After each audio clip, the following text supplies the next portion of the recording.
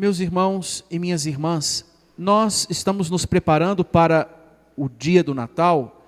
Nesse dia nós vamos celebrar a entrada do Verbo de Deus na história. Enquanto ele está na Trindade, o Verbo é reconhecido por esse nome, o Verbo de Deus, a Palavra de Deus. Quando entra na história, ele se torna, nós o chamamos Jesus Cristo. E pela missão que tem, Cristo, mas o nome dele é Jesus. Então, nós vamos celebrar o Senhor que entra na história. E por isso esse tempo, daqui até o Advento, é um tempo ocupado na liturgia e preparado na liturgia, para que nós aprofundemos a nossa consciência desse acontecimento. Porque não basta saber que dia 25 nós celebramos o Natal. É preciso celebrar de verdade. O que significa celebrar de verdade? Significa retomar a consciência desse ponto da nossa fé, desse acontecimento da nossa fé. Fazer dessa consciência a razão da nossa festa, a razão da nossa celebração, e não celebrar simplesmente por juntar pessoas, mas celebrar justo porque o Senhor vem entre nós. Por isso, no primeiro domingo do tempo do Advento, o tempo de preparação para o Natal, a palavra de ordem era vigiar. E durante toda a semana, nós ouvimos na liturgia o cuidado da palavra nos fazendo perceber quem nós vigiamos. Jesus Cristo, a luz. Jesus Cristo, aquele que faz justiça. Jesus Cristo, o Redentor. Jesus Cristo, o pastor que nos acompanha. Durante toda essa semana, nós nos ocupamos desse cuidado. Vigiar aquele que nós esperamos. Vigiar é a atitude de atenção, é a postura de quem tem consciência de que espera por algo importante que vai acontecer. E não é uma espera pacífica, fico sentado numa cadeira, observando o correr dos dias, à espera do que vai se dar. Não. É a atitude de prestar atenção para não perder 1 milímetro do que significa acolher Jesus. Não perder 1 segundo, não desperdiçar 1 segundo que seja de acolhimento do Senhor, porque eu sei que aquele que vem é importante para mim, é o amor que me recoloca no lugar da minha vida. Ele me coloca primeiro junto de si e junto dele me mostra a eternidade. No segundo domingo do Advento, hoje, a palavra de ordem é preparar. Se eu retomei com a vigilância, a consciência daquele que estou esperando, e por isso a postura de atenção diante dele é vigiar. No segundo domingo, preparar o caminho do Senhor, é uma exortação do Evangelho, que com essa palavra nos indica um rumo, conversão. Conversão, padre, isso vai falar de pecado de novo, vai falar... Quem encontrou um amor se revisa por esse amor. Só entende a palavra conversão quem encontrou no Cristo a verdade sobre si e a misericórdia sobre si. Ou seja, o Senhor me escolhe apesar de eu o ter ofendido, com a decisão de me separar dele, de ir longe dele. O que é o pecado? Rejeitar Deus. Conversão é o desafio efetivo e cotidiano de um cristão. Conversão significa acolher Jesus não somente com palavras, mas com a decisão de mudar o modo de pensar e agir por causa dele. A conversão significa encontrei um valor, o amor da minha vida. Eu me reviso por esse amor. Sabe que no fundo as maiores dores das pessoas são porque ou foram feridas de amor, que as deixou, ou as feriu por rejeição. São feridas de amor porque não conseguiram, porque foram abandonados ou deixados, ou marcados por um desamor. Pois bem, Deus, marcado pelo desamor, não desiste de nós. Ele não tem a atitude que muitas vezes eu tenho de me fechar em mim mesmo, achar que me amar basta e seguir adiante. Deus tem a atitude de vir ao encontro, de ajudar a recomeçar e de mostrar o rumo aonde Ele me quer. Ele me vê aonde eu estou e me mostra onde me quer e me chama a caminhar com Ele. Conversão é isso, é rever-se por esse amor de sempre e para sempre de Deus para comigo. E é bonito perceber isso, quando nós vamos, sobretudo, por exemplo, ouvindo a primeira leitura. Nessa leitura nós encontramos uma profecia do profeta Isaías, que anuncia o nascimento de Jesus. Onde eu reconheço Jesus nessa profecia? Jesus é o rebento da flor da haste do tronco de Jessé. O rebento da flor da haste do tronco de Jessé. Esse é o Cristo na profecia. E sua missão, também na palavra diz, trará justiça para os humildes. Por justiça, entenda-se, como nós citamos agora há pouco, Ele veio me devolver o meu lugar. O lugar que eu perdi porque eu rejeitei. O lugar do qual eu me esqueci, porque longe fiquei tão ocupado de mim, que não me lembro como é viver perto de Deus, e Ele me recoloca junto dEle, e me ensina a recomeçar. Sabe que, aqui eu faço um parêntese, nós quando lemos a parábola do filho pródigo, nós chegamos até o ponto em que o pai fez a festa. Para mim o desafio daquela passagem é no dia seguinte da festa. Quando o filho for conversar com o pai para recomeçar a viver em casa, porque ele levou uma vida desenfreada fora. Como é uma vida segundo o amor do pai? Que ele lembrou que tem, que ele sentiu saudade, fez o caminho de volta. Agora é preciso entender de novo como é recuperar a vida em casa. Isso significa rever hábitos desenfreados nos maus costumes. Isso significa rever pensamentos que não levam Deus em conta na sua construção e geram estruturas de pecado ao meu redor, sobretudo por causa do egoísmo. Isso significa rever a minha capacidade de partilhar, de reconhecer no outro um irmão e dividir com ele. Isso significa que a minha alegria está mais em pensar na família que eu tenho por causa de Deus, do que em mim em primeiro lugar. E pensar em mim em primeiro lugar é me colocar junto de Deus. Revisar-se dá um trabalho. Por isso é que a justiça é um exercício de acolher o Senhor que me traz para perto, mas também refazer-se ao lado dele. Jesus, e como é que ele faz isso? A própria palavra também diz. É curioso como a profecia de Isaías, ela vai dizendo como é a obra restaurada, mas ele diz como é que é a restauração que Deus faz. Ele fustigará a terra com a força da sua palavra e destruirá o mal com o sopro dos seus lábios. Fustigar a terra com a força da sua palavra. Aqui eu me lembro do evangelho que nós vamos proclamar no dia do Natal. O Verbo se fez carne e habitou entre nós. Por Ele tudo foi feito. Sem Ele nada do que foi feito existe. O Verbo estava com Deus e o Verbo era Deus e o Verbo se fez carne e habitou entre nós. Na criação, por meio da palavra, Deus operou o existir de cada coisa. Na criação, Ele chegou ao ponto de criar o homem. E o fustigar a terra era misturar a terra com água. Fez o barro e depois soprou nas narinas do homem. E a vida aconteceu. O sopro era o Espírito de Deus que dava vida ao homem, que Ele modelou. Aqui nós ouvimos também sobre o sopro, que desta vez vem a nós para destruir o mal.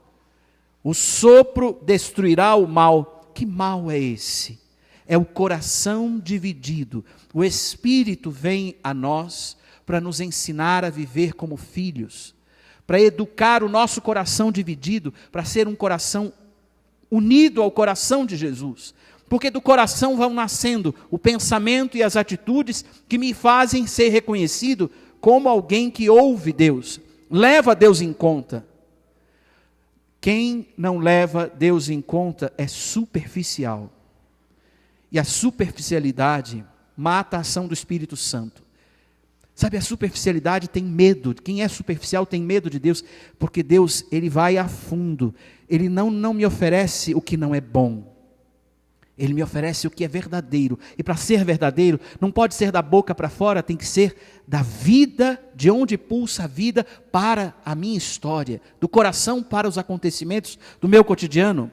Esse sopro dos lábios destruirá o mal. Quem é o Espírito? Quem é esse sopro? É o Espírito sobre tudo que nos foi dado no batismo. A terra que Ele fustigará com a força de sua palavra, sobretudo é o dia do meu batismo, que Ele me lava da antiga culpa e me faz um homem novo. Assim Ele, diz a palavra também, cingirá a cintura com a correia da justiça e as costas com a faixa da fidelidade. Ou seja, e aqui é interessante lembrar, isso num sinal do nosso batismo também, a veste branca com a qual somos revestidos, ela é essa cintura, essa correia da justiça e a faixa da fidelidade. Ela é o sinal do homem novo, refeito pelo amor de Deus, pela força da palavra de Deus. Em outras palavras, Ele vem restaurar a obra da criação, particularmente a mim e a você, revolvendo o coração dividido e duro por causa do pecado, em um coração capaz de acolher a semente e deixar germinar. O sopro é o Espírito que vem destruir o mal, instaurando o amor no coração, o amor por Deus e pelo próximo. E aqui entenda-se que não é possível dizer que eu amo a Deus se eu não amar o próximo. O Salmo ele corrobora com essa primeira leitura, com essa profecia. Ele fala de Jesus, falando do novo dia, o dia que o Senhor chegar, no qual Deus fará justiça, fará florir a justiça e a paz. O Senhor vai libertar o humilde que suplica e vai ajudar o pobre. Tudo isso está descrito no Salmo, e ele fala dessa restauração que ele faz na obra, na vida de cada um de nós. Eu quero olhar a segunda leitura e ir terminando essa nossa conversa, ocupado de lembrar de que São Paulo, o nosso bom São Paulo, ele nos chama a ter atitudes de vida nova. Já no Evangelho nós ouvimos Jesus dizendo que nós devemos produzir frutos que provem a conversão. Muito fácil de sentar-se no banco e dizer, eu sou católico, mas na postura de vida no meio do mundo, eu não ajo como alguém que crê em Deus. É preciso ter esse olho para reparar a si próprio. Pois bem, ele chama atitudes de vida que dizem essa nossa conversão. E que atitudes são essas? Paulo diz que tudo que foi escrito é para a nossa instrução. Portanto, é uma palavra que vale. É para a nossa instrução, para a nossa constância, para a nossa firme esperança de que, acolhendo o Senhor e renovando o nosso modo de pensar e de agir por causa dEle, para viver perto e amar como Ele ama, recebamos a graça da harmonia e da concórdia. E aqui entenda-se a palavra de concórdia por. A concórdia é consequência de um coração e uma só alma, forjados no serviço a Deus e ao próximo, como Cristo fez.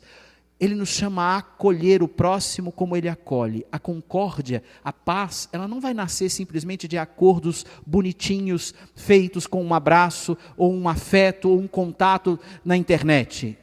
A concórdia nasce da minha decisão, da sua decisão, de escutar Deus. Quem escuta Deus pode ter didáticas diferentes no meio do mundo, mas não tem caminhos diferentes no meio do mundo. Pode pensar de um lado, pode pensar de outro. Quem escuta Deus encontra no outro um outro jeito de fazer as coisas, mas encontra uma riqueza para fazer o mesmo bem. Esse é um problema do nosso tempo. Nós recém passamos por uma eleição que nos deixou muito machucados por causa de lados, e ainda estamos. Isso pode dizer o quanto ainda me falta reconhecer Deus como Deus do meu coração, acolher Jesus. Talvez seja muito oportuno este Natal para eu rever aonde eu sou superficial, aonde eu digo com a boca somente que creio em Deus, mas não creio de fato. Essa seja uma ocasião para rever os laços que eu tenho com as pessoas, se eles foram desfeitos pela facilidade dos discursos diversos, ou se eles são laços que, apesar da diferença, nós temos num no outro a disposição de fazer o mesmo bem que nasce de Deus. Por isso que o bom São Paulo nos ensina esse cuidado de ter um só coração e uma só alma. Acho que todas as vezes que nós, e aqui me incluo num exercício, todas as vezes que nós postamos uma postura mais agressiva e não de construção de concórdia, de construção de amor, acho que vale uma revisão diante de Deus nesse tempo de preparação para o Natal. Aqueles que agredimos entre as nossas casas, aqueles que agredimos com nossas palavras, vale uma revisão da nossa parte. Porque se somos todos filhos de Deus, e vejam como andamos nós, fazem acordos e nós continuamos brigados entre nós, e nós somos o que menos importamos no fim das contas.